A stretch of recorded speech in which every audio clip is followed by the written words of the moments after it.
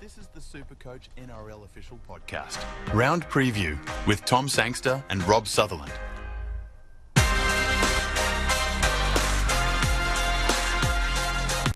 Hello, Super Coaches. Welcome to our preview podcast for round one. It's the real round one, and Rob Sutherland is here. Hey, travelling, what do you got for me? Pretty good, Tommy. Actually, pretty good. I will say this: we haven't got like a monitor, so we can't actually see what camera we're meant to be looking at. So if we nailed the start this time, then we've absolutely exceeded our expectations. It means I have to look at you the entire time instead of looking at my notes. Oh, it's a win for you, Thomas. A win for you. Now, you want my story of the week, my banter segment? Yes. I'm off to Vegas, baby. You make it so natural by calling it the banter segment every week. You want me to reveal a crazy story? I've been approved to go to Vegas. I've booked my accommodation in Vegas. Oh, yes. But this is the... You've actually booked it? I've already booked it because... Wow. Yeah, Booking.com, fabulous Booking.com, really big fan of Booking.com and their product, is that you can cancel, as long as it's 2 weeks beforehand. So I've set myself 1 million reminders.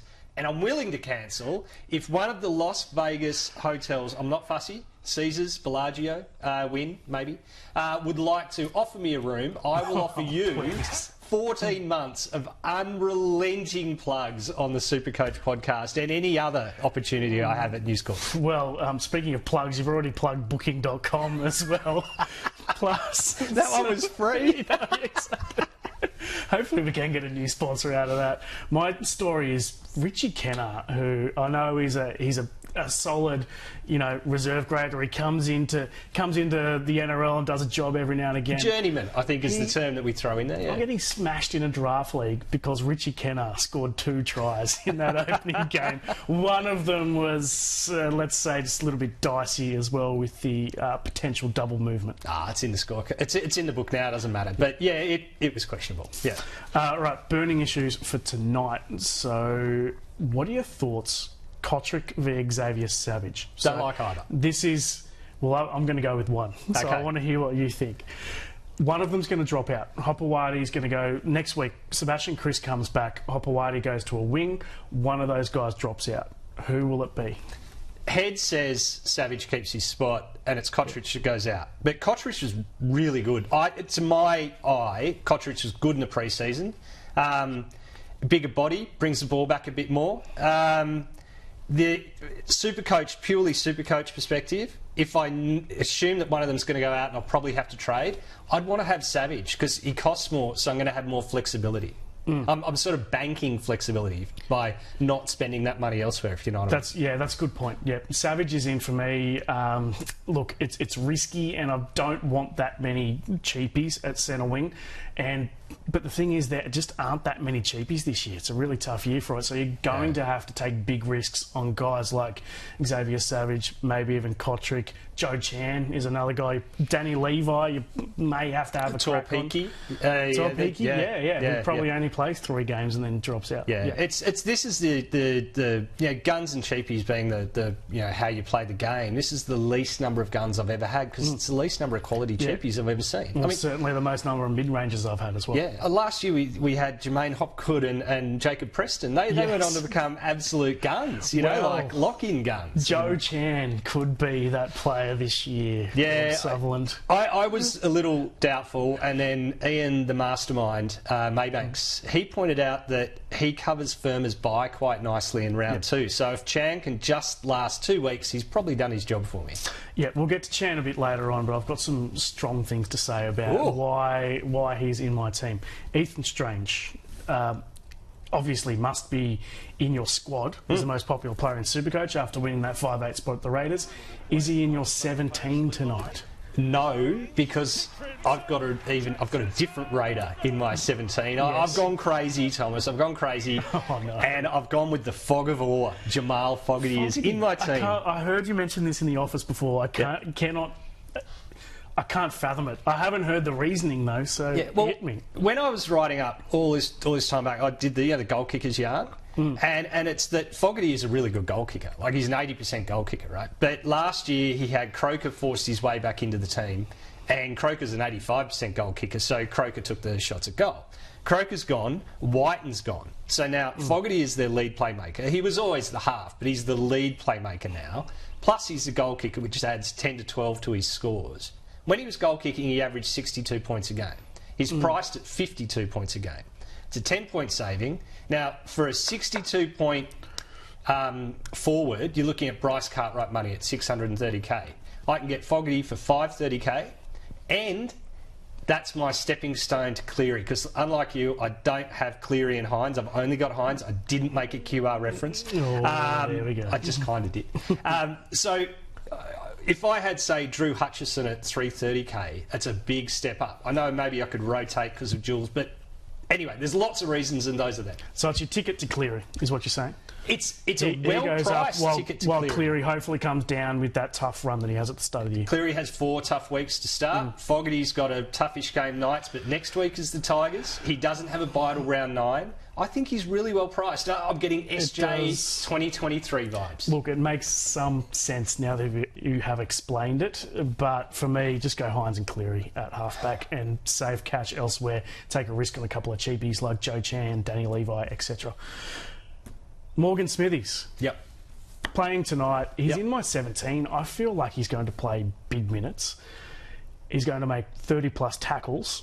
So you're looking at sort of 30 as a base for him, and then the runs and everything else, the ball play is on top of that. So I'm hoping for something around 50 tonight from Morgan Smithies. Yeah, I'm a bit more conservative. I'm thinking 45. Right. And 45 is borderline whether I play him or Strange. You know, that like I've got Talpiki coming in because I'll take a bloke who's a fullback over, Drew Hutchison, who's a halfback. Now, do I then take Strange, who's a playmaker, over a semi-reliable forward like Smithies? Look, round 1, I'll probably go Smithies. But if you're playing the upside, you tend to try to go the upside guy, right? Yeah, it's a relatively tough matchup for them against the Knights in Newcastle, so I'm going to go with the surety of Smithies rather than Strange, who I'm not quite sure what type of player he is yet, because in that trial he showed glimpses of being really aggressive like Jack White and almost like a Jack White and clone, but he was also organising a lot as well, and Fogarty's going to take a lot of the organising in this game, so it's going to be interesting to see how Strange actually plays. Is he more of a Jack White and runner, or does he do a bit of organising along and share that role with Fogarty? There's uncertainty with both, so you might as well take the uncertainty but with a base. Yes, right? Yep, exactly. Ponga. So I got a little bit carried away at the SuperCoach Live event on the weekend and straight C on Tom Trbojevic, and he just did looked all right. like he could. 80. Yeah, he did well, yeah. He did okay, but he had the try disallowed. He could easily have top scored for that day over there in Vegas. It didn't happen. But my next best captaincy option probably is Ponga tonight up against the Raiders at home. Yeah, look, as is my way, Thomas, as is my want, I got a little bit confused as well at the event, and I said that Ponga was going to rip it up against the Bulldogs. Yeah, that's right. And it was very politely pointed out to me that he wasn't playing the Bulldogs. So either way, he's going to rip it up, and I do think he'll go well against the Raiders. Good captaincy choice. We'll get to our captains later on, but you could just go straight C on him, or you probably VC'd someone in Vegas, I guess. Piakura. That's right. That went well for me. Dylan Lucas is a guy who I've gone off in the last week because Kai Pearce-Paul is on the bench. I think he can get RTS for basically the same price, a little bit more. 30k more. 30k more. Yeah. RTS was on the record over this last week saying he missed taking 20 runs a game in rugby league. So I think that RTS is just he's going to do so much work. I'd prefer that he's at fullback, but I still think he's going to take so many runs at centre and go roaming a little bit as well. I don't own him, but I really wish I did. I have a real dilemma with RTS. So Lucas agreed. I think you're right. Yeah. It's sort of it's always tempting to get a starting second row forward in the centres, but I think Pearce-Paul on the bench hurts him, and from what I've heard, Pearce-Paul, when fully fit, will take Lucas's spot. But who's to say? Lucas doesn't brain it for 3 weeks and Pearce-Paul doesn't get in. But onto your RTS point, I've taken him out of my team and it feels risky, but I had to do it to beef up my front row. So I have a choice. Do I have Palacia as a starting front row with RTS as a centre, or do I have Max King as a starting front row and, fill-in centres? And I think RTS is going to go great, but I do like Max King. I like that he's fit. I like that he's basically the only prop at the Bulldogs. I expect him to play big minutes. Yeah, I kind of like that call as well. Great little pod. Send through your questions, guys. I'm on Facebook now. We've got Brendan asking, option of running a Nuffy as reserve hooker. I've thought about it, but look, you've got Danny Levi at basically base price, so you may as well just go with him. I assume that if you're going with a Nuffy as your second hooker, your top hooker would be Harry Grant. Yeah. And he's got a pretty early buy to round 4 off the top of my head. Yeah, it's one of my regrets, this hooker. I went with Cheese, and while he was good, and he kicked a 40-20, and he looked pretty active, in hindsight, I probably should have had left that spot empty and filled it with a Danny Levi, and I think that's a better option. Reminder of the rules over this weekend. It's unlimited trades all weekend. The players just lock out when they take the field for their particular team. So just make as many switches as you want during the weekend. Keep an eye on late mail. I can't do any more. I'm sure. Yeah, I'll guarantee it. I'm going to be making 1 million switches.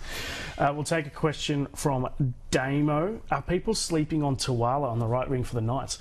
Look, it's crossed my mind. I don't think he's a classic purchase, but certainly draft. He's a real option, and a lot of people have not drafted yet. A lot of people are waiting their drafts until after round 1. Right. So we've still got heaps of draft content to come. Wilson Smith is updating his draft rankings and sleepers constantly. I reckon Tuala, we can see how it goes this weekend, but that right wing spot for the Knights, really late in the draft, could be a nice little sleeper. I think so. My problem is his price. He's about 450, 440 I'm something. talking for draft though. Oh, yeah, okay, for draft, sure, but in classic, which is the only thing I know about, as people tell me whenever I have the temerity to suggest something about draft on Twitter, I think Tuala is one guy at price. I'd probably wait a few weeks just to see if it was like he's no Dom Young. Yeah. No, that's not fair to Tuala. Dom Young was very, very, very good last year. Can he keep that up? Yeah. Yeah, and they've got some competition there at the club as well with, is it Price, who's hanging around there, who's got a bit of X factor. Armstrong, who looked exceptional in the trials. Yeah. Yep. So it's not like he's locked in. I guess he's played there for a while, and so he's earned that spot based on what he's done in the past. But there are some people breathing down his neck. Guilty pleasures. I love this segment. Who's yours? Can I say Jamal Fogarty again? You've used up all your ammo already. Yeah, but it is guilty. Like, it feels so wrong, but it feels so right. Like, I talked up Corey Jensen and then, allowed myself to wind it back, and it was silly. He's 30, he's not getting any better. And the injury to Piakura helped, but he cracked out a 60. So this time, I'm going to follow my very large gut, Thomas. Oh, man, it's not as big as our producer says. Man, you're the one who came up with that last. That's true, I forgot that. I put it out of my mind. And I'll go the Fog of War. The Fog of War, I love that. My guilty pleasure is Joe Chan. So, saw an interview with Craig Bellamy on NRL 360 on Tuesday night, I believe it was. And Bellamy is so boring when he gets interviewed. He never says anything. He never commits to anything. They asked him, what do you think about this? And he said, oh, no, sorry, I haven't watched those games. And that was the end of the conversation. Yeah. He's boring. But on Alex Chan, I think I saw a little twinkle in the eye. Ooh. And he just kept saying, we think he's ready a bunch of times. And the point he made was that he's been at the club for a long time. So he's learnt the systems. He said he was a little bit off the pace in terms of the gameplay pace when he got to the club, but he's picked that up over the pre-season, had that amazing trial. Sean Blore, meanwhile, has only been at the club for a couple of months. Blore being his main competition there for a spot. And we know that Bellamy does tend to back guys who have been at the club for a while. And he just kept saying, we think he's ready, we think he's ready. On the negative side, Thomas? I know it's nothing, because Craig Bellamy gives nothing away. Yeah. But I'm still convinced that, and I didn't need much convincing, but Joe Chan is in my team. Now, there is the negative that Asofa Solomona had a tweak, is due back next week. Yeah. While he's in middle, that means King can slot out to 13 Luero onto an edge. So there's potential there. But Liero has been training in the middle. I think they're looking at him as a middle guy. Doing full disclosure of the negatives, right? Now, the positives is that I have it on good authority that Joe Chan is one of Nick Campton's men. That Nick is all in on Joe Chan, and Nick's got a good eye, so maybe. Or does he just love the fairy tale of Joe Chan, the first father-son ever at the Storm? This is terrible because that's what I said when I was told. I was like, nah, he just likes it. It's a father-son thing. Nick's into all that rubbish, and then I was like, oh no, maybe I'll come in here and I'll say that it's a good thing. Nah, whatever. Well, I'm sure Campo probably isn't watching, so we can say whatever we want. Late mail. Bo Firma. So Ben Horn, who was doing the documentary here last week, went out to the season launch, spoke to AJ Brimson, and Brimson said in no uncertain terms that Firma will come back. He's had a huge pre-season and will go straight back to 80 minutes. Oh, he should have had a huge pre-season. He had a year to build up to his pre-season. Look, I think it was maybe he looked a tad slower in the trial. Like maybe there was a little bit of pace had gone, but that also could just be building your first proper game of the season. So I'm all in on Firma. I think I've got he's Firma. a must. I've brought him in this week. I've had him in and out, but he's definitely in for me after that news.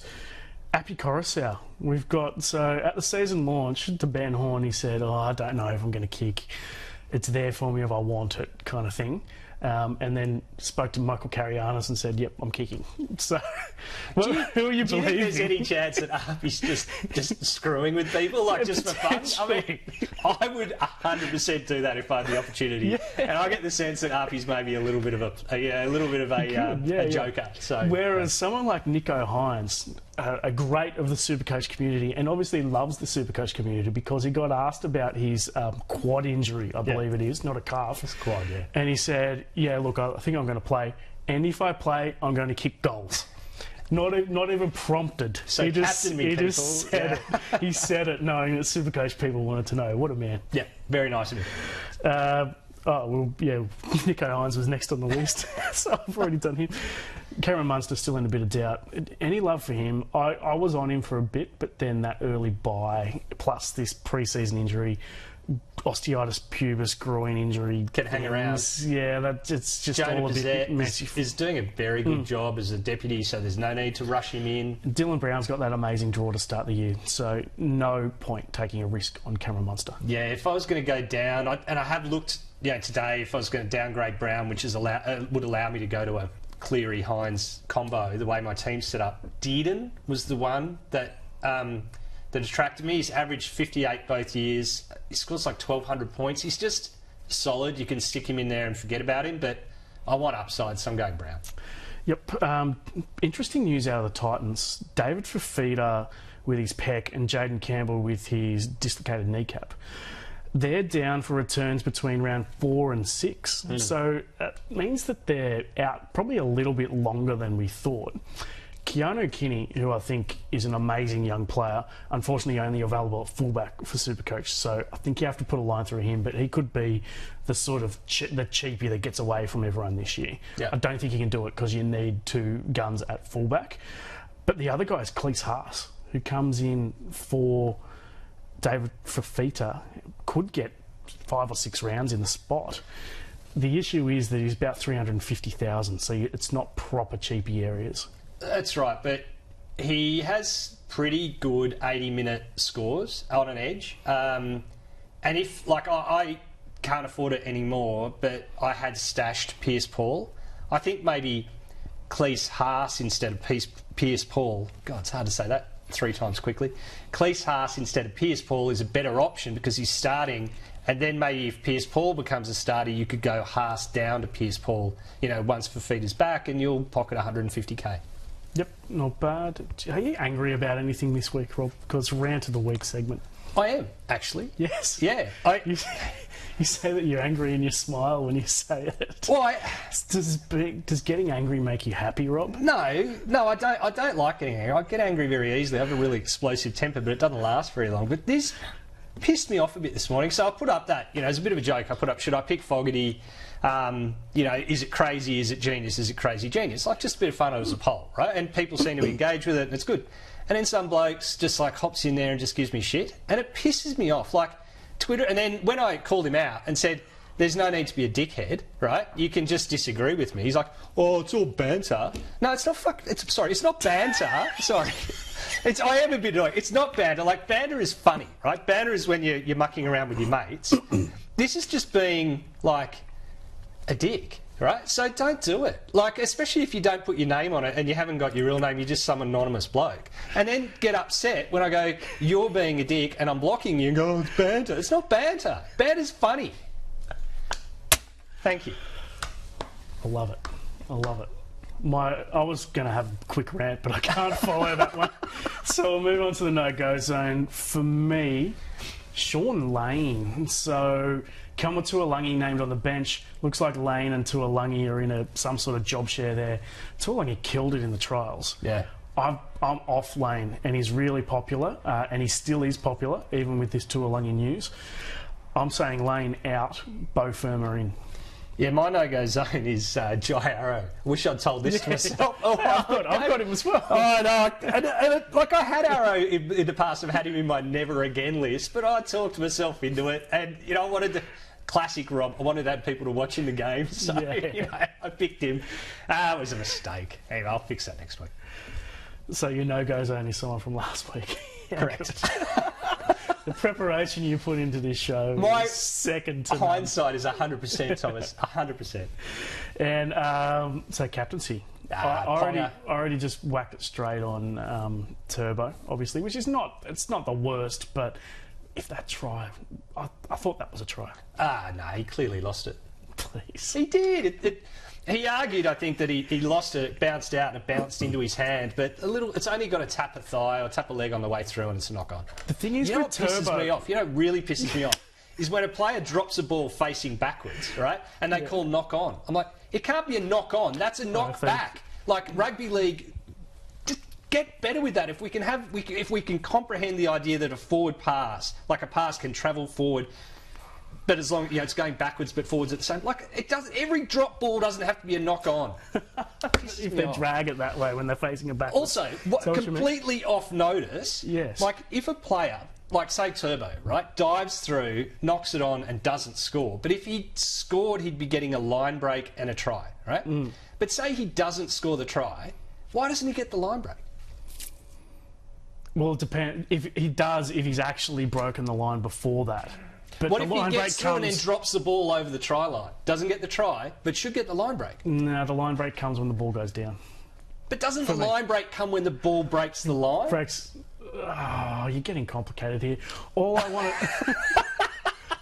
I just want to have a rant about Tommy Turbo. Go on. Because he got up after that try and he just looked so guilty. He looked nervous and guilty. Yeah. I need Tommy Turbo for my SuperCoach team. I need you to lie to the public. I need you to get out there and just fake that you've scored the try. Get up there, fist pumps, hug your teammates. I love it though. And Ben scored a try. Nothing. He just got going, if you're going to play poker against Wonder Boyovich, brother, it's definitely Tom. And then his face lets you know everything. Mate, well, and then you got Jake, who just blows up at absolutely everything. But probably be the nicest guy you could play against. You'd go all in, you'd lose it, you'd be like, oh man, that was really tough beat. Back to the run sheet. I think Nico Hines is a good captaincy option as well. Questions just till the end of the show.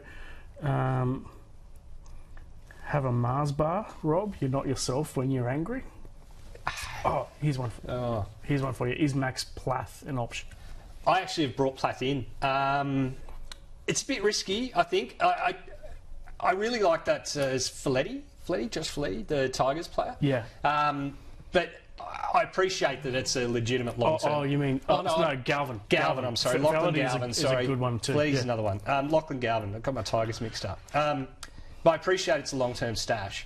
Whereas Plath, I think it was Joel Gould on a Twitter AAP writer, who was at training, had said that he'd seen Plath was training at lock and also training at hooker, covering both spots. Wasn't named at either, obviously, but he's been named on the bench. And, best case scenario, maybe he gets 20 minutes at hooker when Marshall King's resting, and then 15, 20 minutes at lock when Stone comes off. I think he's worth it for that. And I will quickly say Ray Stone I love, but not with a 4-forward bench. I think Ray Stone needs a little bit more time to be valued. That's the issue I've got with Plath is Ray Stone. So he can play those two positions that Max Plath has been training in. But Plath can play, I mean, he can play basically everywhere, halves as well. So. Yeah, like, it's risky, but I think it's worth it at 270k. I'm taking a chance. At that position, I'm going with the safety of Flanagan. Even though I don't feel he's that safe in terms of scoring potential, he's got good job security. So that's why I'm going with him. But if the Tigers were playing round 1, I'd go Galvin. His eye test is sensational. He's really good. And, it's another one I hope I'm wrong on, that he's not a long-term stash. He's a short-term. He comes in because it would solve some problems and the kid looks amazing. But anyway, for now, I've gone Plath. Oh, no. It's always bad when you smile. Man. I can't even say it. Go on. But there's a lot of love for your blow-up. Definitely, people are loving it big time. We'll take one more serious question. I'm sorry. Jeremiah Nanai as an option for second row. I think the best guy there is Lukey, not Nanai. Yeah, I'll take Lukey in his work rate. Nanai and... I don't know, Nanai just is like Arrow. He's just so frustrating sometimes, but we'll then go and have 2 consecutive games or 100 points where he jumps up and scores 4 tries with brilliant marks. Should be in the AFL. Yep. But he hasn't got the work rate. No, pass. Well, that is it for our preview podcast. Rob's going to have a cup of tea and a Beck's and a good lie down, yeah. Good luck over the weekend. Remember, you can change your team as much as you want between now and that final game. The players just lock out once they take the field. So have a fiddle, and we'll see you next Tuesday for the Teams podcast. Vegas casinos, anytime.